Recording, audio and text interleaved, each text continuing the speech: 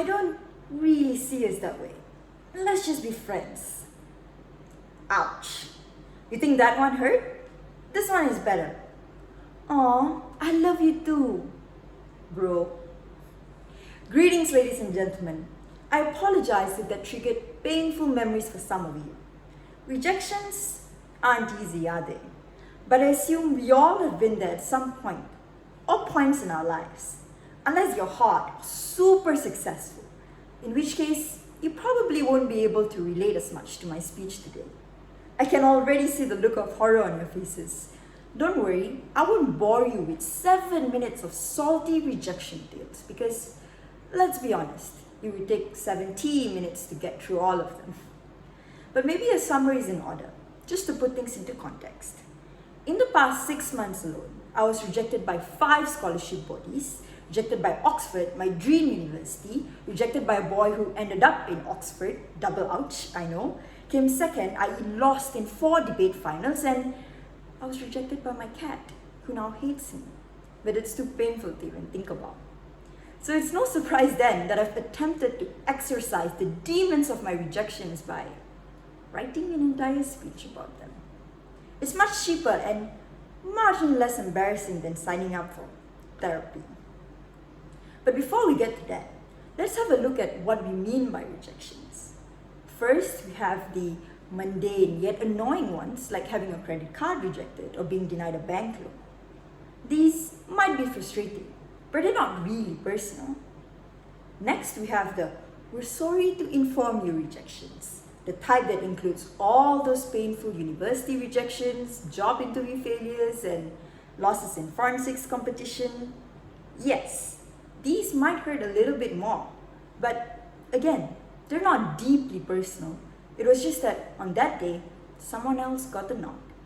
And then you have the rejection that the poets write about, the singers sing about, and everyone broods about at some point in their life. Romantic rejection. Now this category is impossible not to take personally. And along with familial and social rejections, it comes with long-lasting psychological trauma. Now the spectrum of rejection varies, only in intensity. They all hurt, but in different degrees. So the question then is, how do we cope? J.K. Rowling handled 23 rejection slips from publishers pretty well, but Hitler's failure to get into art school? That didn't turn out quite so well. I know that I am still young and that I have a lifetime of failures and rejection ahead of me. But here's what I've learned so far. It's kind of a beginner's guide to rejection. Lesson number 1. It hurts. Like a lot. It might possibly lead to crying sessions, binging on ice cream, and blasting "Bring Me to Life" by Evanescence in your bedroom. But here's the thing. Psychologists and researchers tell us that the pain is actually real. In an MRI scan, the same areas of your brain light up when experiencing rejection as physical pain. In simpler words, a broken heart is no different from a broken arm. This has serious implications, not only for an individual's psychological state, but for society in general, for it goes further than just sadness, anxiety, or even depression, for it can lead to aggressive and destructive behaviors. Believe it or not, both conditions can be alleviated by medicine. Acetaminophen, aka Panadol, although popping pills is seldom the answer to anything. Better perhaps take the traditional route by reaching out to our friends and family for that much needed emotional support. Which brings me to lesson number 2. I learned that most of the time, our friends and family genuinely suck at consoling people facing rejections, especially if you're Asian, since we're not used to disappointments, besides being one. But jokes aside, why is it that people always reach for cliches at times of emotional stress? Yes, I know, there are plenty of other fish in the sea, but I wanted that fish. It's their loss. Yeah, but I wanted them to win. And I particularly hate my parents' go-to phrase. "Don't worry, everything happens for a reason." No, it doesn't. Quite quite often there is no reason at all. They're all just buying into the myth that what doesn't kill you makes you stronger. It's a narrative spread by wellness-obsessed, safeguarding, love-yourself industries that you can soothe away rejection by treating it as some sort of learning opportunity. Now, while this may be true, I realized the hard way that trying to force yourself to feel and believe that things are going to be okay when they clearly aren't doesn't actually make it okay. As far as I'm concerned, lesson number 3 has turned out to be the most beneficial coping mechanism of them all.